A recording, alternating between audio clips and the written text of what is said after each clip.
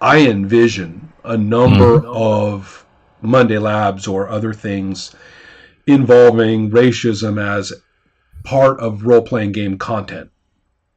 I chose this topic because I think it's easier to attack from a small angle. Otherwise, we'll get bogged down in everything. But it's a neat angle. Talk to me about half-orcs. Anything and everything. Anything and everything. Well, classic D&D or half-orcs, of course, with stereotypes of being not the brightest, but fun to play and to maybe make a sort of pastiche out of like all the stereotypes you can think of, put them in a half-orc and have a couple of guys playing that, and sometimes it's fun, and sometimes it gets a bit over the edge, but...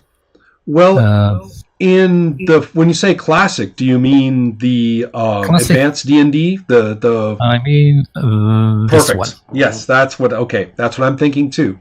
And what's interesting about those, as I recall, there is very, very little in terms of modifying your rolls for your attributes. That comes later when you roll and then you change the number. Instead, they had caps. They had maximum. Yeah, I don't. Something like that. I can look it up, but but the point being that you got what you rolled, and if you were eligible for a half orc, then you might want to play one. But they were surprisingly balanced. If you look at it, they were the only non-humans who could level up indefinitely as assassins. Yeah. Strangely, they were the only non-human. They were the only race that couldn't level up indefinitely in Thief. And maybe they figured if they gave them Assassin, that would be a little too much. To multi-class in Thief and Assassin indefinitely does seem a little much. Gordon, do you remember things about them? Yeah, so one of the things I remember is they were not an option when I first started, so I didn't see them really, really early. And I think the most memorable use of half-orc was two players who played half-orc brothers. Right. Who were kind of their own party in the party. Right. And I'm not sure everybody else enjoyed it all that much, but they really did. They had a lot of fun being half-orc brothers. Now, you didn't have to be evil. You didn't have to have an evil alignment to be a half-orc. You did, if you, gamed the levels and chose, if you just had them be a fighter and they could get to level 10, I think, then if you just had them be a fighter, then you could be any alignment. Most people either made an assassin out of them or multi-classed with an assassin. Yeah. And then they had to be evil. Yep.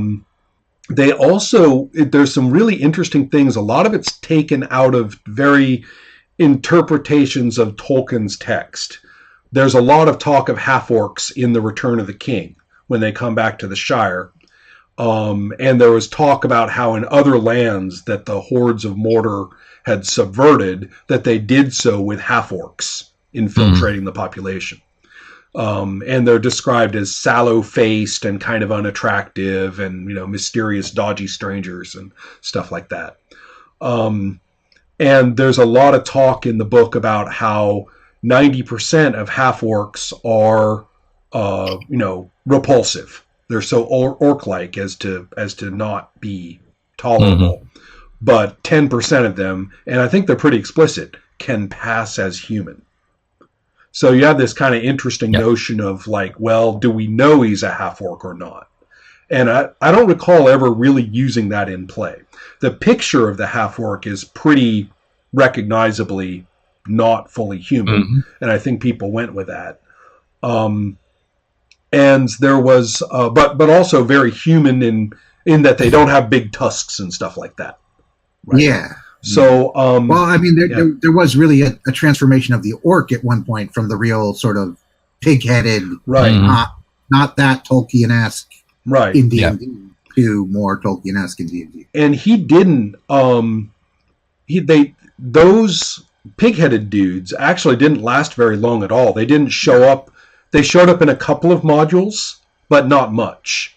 I'm thinking of the Jeff D orcs in the Slavers, in the Slavers ones, and they are much more goblin-esque and not very and have no pigginess at all, except for maybe the tusks. I think the tusks get retained. They stuck around. Yeah. But that's about it. And so the true pigheads ones, I think they show up in.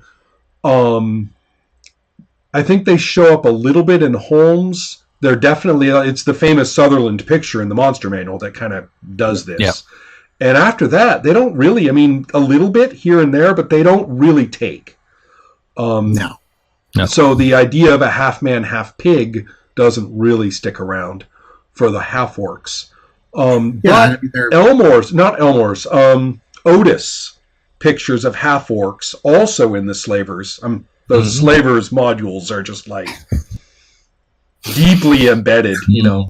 But his picture of a half orc assassin who's one of the great slave lords. They fight them in the third. They fight him in the third. In the later modules, you get to fight real slave lords, and the really maxed out half orc assassin one is definitely drawn very grotesquely. They really bounce around. I remember as a kid being very taken with the half orcs.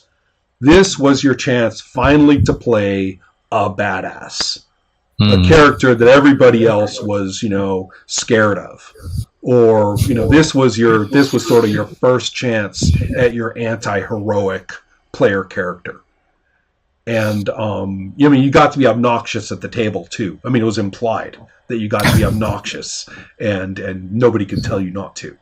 So I don't know if I ever had the chance really to do it. I certainly made enough of them on paper. There is in The Secret of Bone Hill, another really super famous module. There is a total cast-off, unmentioned, just throwaway reference in the place where you can go hire mercenaries. There are two of them, and one of whom is named Volsifar, and one of whom is named Locinda.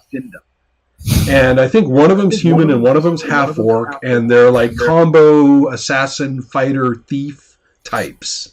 And I think the guy, I could be wrong about this, one of them is the half-orc. I think it's the guy. Maybe I'm wrong. But think about that. You got a human and a female, a human and a half-orc, effectively a couple. And they're badasses. They're fighter, thief, rogue types. And I know I'm not the only person to have fallen in love with Volsifar and Locinda. I mean, it's two lines. It's a complete throwaway line in the middle of, and there's all these mercenaries you can hire. And you're like, them. So that's it seems to me, I'm just looking back, people seem to look back on that old school half-orc with a little bit of love.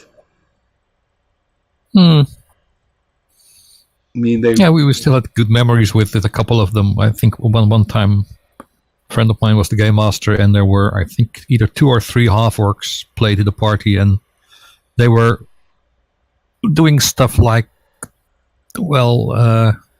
a bit of comedy stuff, but serious comedy stuff, like tripping the one just in front of the door, so we would hit it harder so the door would open. Right.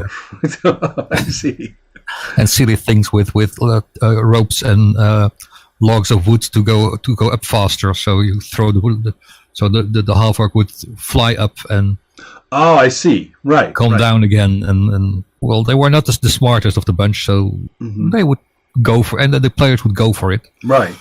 And really got into that, to playing those not so smart but strong and sturdy guys and having fun with that. Yeah, there's also that interesting point that you just brought up, the idea that they're stronger. They're not really sold as physically stronger in that original. That it's all a social difference rather than anything really to do with their physicality. It's later that the half-orc becomes this, basically, as I said at the Patreon, kind of a fantasy Hulk. Yeah. For one thing, they get green. Orcs, they say green-skinned in that monster manual, almost as a throwaway line about orcs. And that's where the whole green-skinned orcs comes from, because it's certainly not from anywhere else. And they anyway, so half-orcs get green. Am I right? They're not even in 2nd edition. Not sure they're green there. No, I wasn't. I don't think they're player characters. I don't think it's a character race. I think they were. So, I mean, with I could look it up, but I'm edition, not sure. all kinds of craziness where they, just kept coming up with more and more source books. I'm sure there's some that's got. I mean, I know that there's one that has half ogres, right? Right. And I'm sure there's one that has half orcs too. I just have no idea.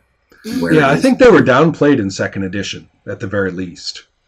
Might well be.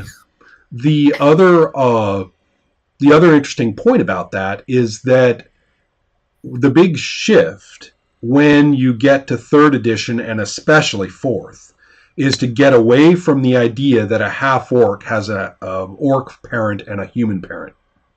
But instead, they are themselves a reproductive population with their own look and feel, and if you're a half-orc, then your parents are half-orcs. And so they kind of got away from that really. They actually are fairly explicit in the early D&D that there may well have been rape in your character's history. And, you read that and you're kind of like, well, at least my response was, well, not my guy. So, and clearly, that topic was just an ongoing issue. In fact, I almost characterized D&D groups when I was about 15 or 16. I almost characterized them as, when I sat down, whether rape was going to be a thing that people even talked about or joked about at the table. And if it was or wasn't. Yeah, I don't know that I ever thought about it that way, but that's pretty accurate. Yeah. So with that in hand, I mean, not necessarily regarding half-orcs, but if there were half-orcs, then somebody was going to bring it up if it was that kind of table. So I could kind of see, I don't know if that has anything to do with downplaying them or not, but certainly by the time they reappear, they're much more like kind of good-looking fantasy Hulk. Yeah. With cool fangs. And they are they're the big dude of the party. They're no longer the socially dodgy, assassin-prone one of the party. Yeah. And as I recall, in 4th edition, it was the halfling rogue that was the big deal, not the half-orc rogue. Probably because of dexterity or something like that. Yeah, some feats or things he could take. And so the whole idea of kind of the socially shadowy half-orc is completely supplanted by the big dude, with the big dude who doesn't have to be polite. Yeah. Kind of big buddy, maybe. I don't know. The half-orc, it also seems to be associated with the barbarian class. Which, it's sort of weird that they still make them half-orcs and not just plain orcs and make that a playable race or something like that. Right. If you want a big hulky, not particularly good race, or but yeah.